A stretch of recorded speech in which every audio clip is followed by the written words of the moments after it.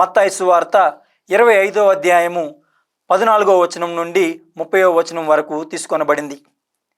ఈ సువార్త పట్టణంలో ఒక యజమాని దూరదేశములకు ప్రయాణమైపోయే ముందు తన సేవకులను పిలిచి ఒకనికి 5 లక్షల వరహాలను, మరి ఒకనికి 2 లక్షల వరహాలను, మరి మూడవ వానికి 1 లక్ష వరహాలను ఇస్తూ ఉన్నాడు. 5 లక్షల వరహాలను పొందినవాడు మరి ఒక 5 లక్షలు సంపాదించాడు. అదేవిధముగా 2 లక్షల వరహాలను పొందినవాడు మరి ఒక 2 లక్షలు సంపాదించాడు. కానీ 1 లక్ష వరహాలను పొందినవాడు మాత్రం గుంటను తోవి దానిలో దాస్తూ ఉన్నాడు. ఇక్కడ ఇద్దరు సేవకులు కష్టపడి శ్రమించి దానిని రెట్టింపు చేశారు. కానీ చివరి వాడు మాత్రం శ్రమించక సోమరిలా మారి దానిని వృధా చేశాడు. దానిని యథావిధిగా తన యజమానికి ఇచ్చాడు. మరి భార్యాభర్తలుగా మీకు ఇవ్వబడినటువంటి కర్తవ్యాన్ని మీరు శ్రద్ధగా నిర్వహిస్తున్నారా?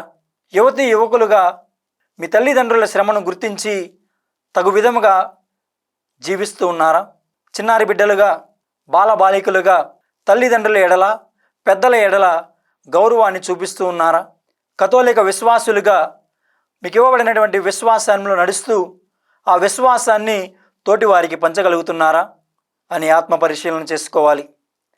యజమాని ఏ విధంగా తన సేవకులకి వరహాలను ఇచ్చాడో ప్రభువు కూడా మనకు కొన్ని వరాలను దయచేశారు.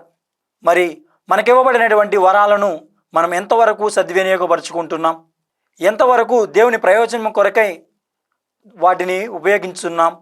ఆ ఇరువురి సేవకుల వలె వాటిని అధికం చేయడానికి ప్రయత్నిస్తున్నామా? లేదా సోమరి వలె ఆ 1 లక్ష వరహాలను పొందిన వాడిలాగా పోలి జీవిస్తున్నామా అని ఆత్మ పరిశీలన చేసుకుంటూ, ఒకవేళ 1 లక్ష వరహాలను పొందిన వాడిలాగా ఉన్నట్లయితే ప్రభు యొక్క సహాయం కోరుతూ దేవుని ప్రార్థించుదాం. దేవుడు మనందరినీ దీవించునుగాక. ఆమెన్.